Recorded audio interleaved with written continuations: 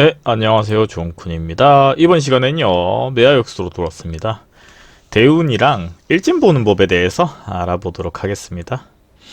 일단은, 대운이랑 일진에 대해서는 다들 아실 거예요. 대운은 인생의 전성기간이죠. 근데도 불구하고, 왜 자꾸 대운에 대해서 이야기를 하면은, 인생의 전성기라고 그러는지, 제가 최근에 알았어요.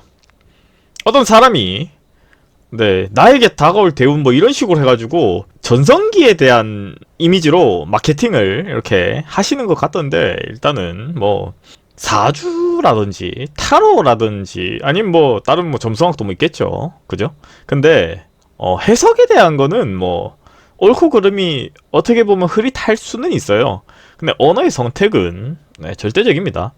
그렇죠. 모두가 의자를 하고 책상을 책상이라 하는 건 약속이죠. 그죠? 그거에 대해서는 이제 이게 맞는 거예요. 그러니까 큰 운이 들어온다. 다시 말해서 사주의 대운이 바뀐다 그러잖아요, 우리가. 그죠? 그러면은 이게 신년운이 변한다는 거지 무조건 좋다는 게 아닙니다. 나쁜 쪽으로 갈 수도 있어요. 그럼 그 신년은 예를 들어서 갑자 대운에서 안 좋아진다 이러면은 신년은 안 좋다고 보는 거죠. 그죠? 예를 들어서 신면이 좋아진다 그러면 그 신면에서 뭔가 이렇게 하라는 거죠. 그죠? 예를 들어서 대운이 좋다. 그러면은 이제 든든하게 받쳐주니까 내가 사업이라든지 이런 것도 할 수 있고요. 반대로 대운이 안 좋다. 그러면은 무조건 안정적으로 조금 사업도 축소시키거나 아니면 직장 생활을 한다거나 리스크가 동반되지 않는 행위를 해야겠죠. 그죠? 투자, 투기 이런 걸 절대 하면 안 되겠죠. 그런 식으로 대운이라는 게 길흉을 논하는 게 아니에요. 그냥 신면의 주기입니다. 근데 여기서 말하는 매화역수 역시 이하 동일하다 이렇게 보시면 될 것 같아요. 그러니까 평생운을 본다라고 이해하시면 될 것 같아요. 그리고 인생의 전성기 아니다 이 부분 한 번 더 설명해 드리고, 일지는 뭐냐면은 오늘의 운세 같은 느낌으로 하루하루, 그죠? 연월 일시잖아요. 세운에 대해서 제가 저번에 강의했었죠. 그건 1년운이고 월운이죠. 이것도 세운으로 같이 봤었죠. 근데 일진이랑 신년운, 다시 말해서 평생운은 이렇게 본다. 여기서 말하는 대운은 평생운이라고 봐도 될 것 같아요. 뒤에 포 까는 거 보면 아시겠지만은 보도록 하겠습니다. 대운이랑 일진에 대해서는 엄청 쉬워요. 보는 법은 이렇습니다. 일단은 대운 먼저 볼게요. 구하는 공식은 기본수 플러스 평생 기본수가 조금은 복잡할 수도 있어요. 근데 이거 뒤에 기문둔갑에서도 똑같습니다. 똑같은데 더 많아지죠. 다 들어가죠. 기문둔갑은. 그죠? 근데 이거 같은 경우에는 생, 년, 간, 다시 말해서 년지가 다 들어가는 거죠. 그죠? 근데 이제 기문둔갑은 8글자 4주8자잖아요. 8글자 다 들어가요. 그렇기 때문에 조금은 다른데 원리는 이 자연수라고 하거든요. 기문둔갑에서. 근데 그건 똑같아요. 근데 그건 나중에 제가 또 뒤에서 보고요.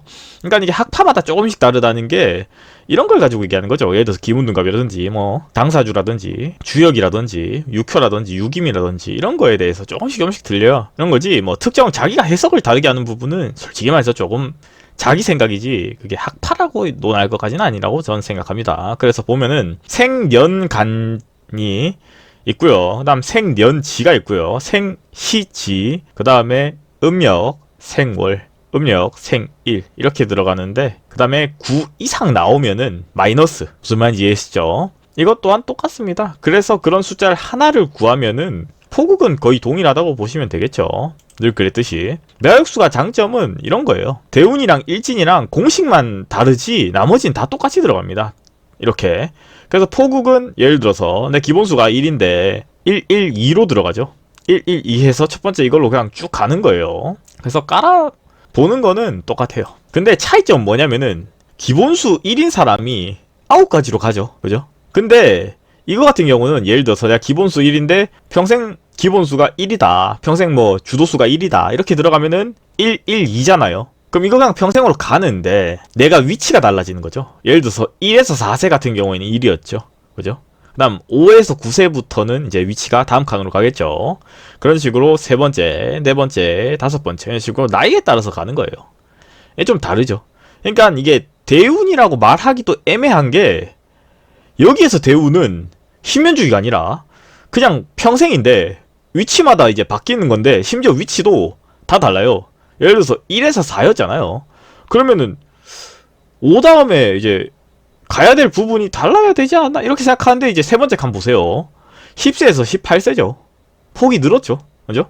근데 또 네 번째에서는 또 19세부터 22세? 어라? 이런 식으로 들어가죠.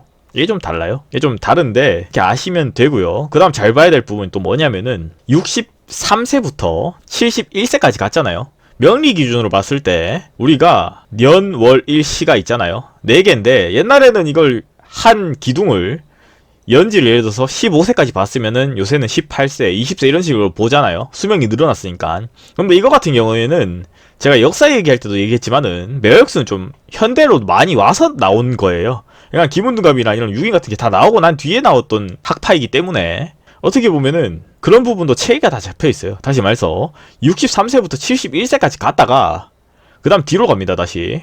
그래서 11번째 자리에 가면은 72세부터 77세, 그 다음 78세부터 80세 이런 식으로 뒤로 돌죠. 그래서 94세까지 가는데 이렇게 역행하는 부분들이 있어요. 이 부분 참고하시고요. 그래서 위치에 따라서 보는데 하평충파행 들어간 건 똑같습니다. 근데 그 위치에 따라서 이렇게 해석한다. 일진에 대해서 보는 법은 이렇습니다. 기본수에다가 당일 주도수. 쉽죠? 근데 당일 주도수는 또 뭐냐? 그러면은 해당 월수 플러스 일수. 그죠? 해당하는 게 예를 들어서 뭐 오늘이 이 녹화 기준이에요.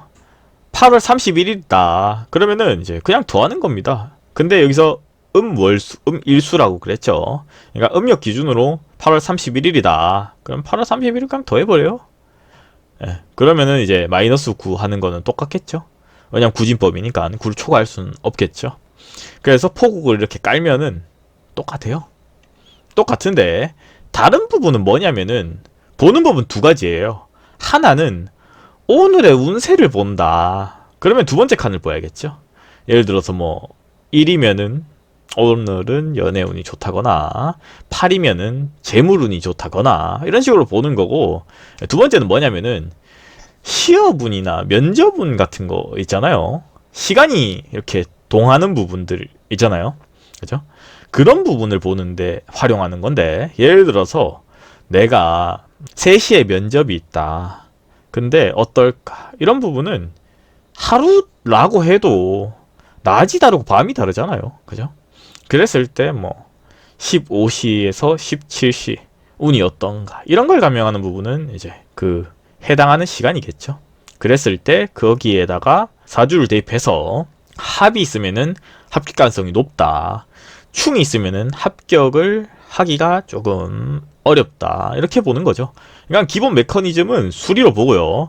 거기다가 합형충을 넣는데 합이 된 플러스가 가산이 될 거고요. 충이 된 마이너스가 될 거고요. 형이 돼도 마이너스가 될 거고요. 이렇게 보는 거죠. 예를 들어서 1이다. 내가 연애운이 좋다. 그랬는데 뭐 예를 들어서 원진이라든지 충이라든지 이런 것들이 작용을 하면 이제 마이너스가 되거나 안 좋은 대상과 연인이 되거나 이런 식으로 해석이 되겠죠.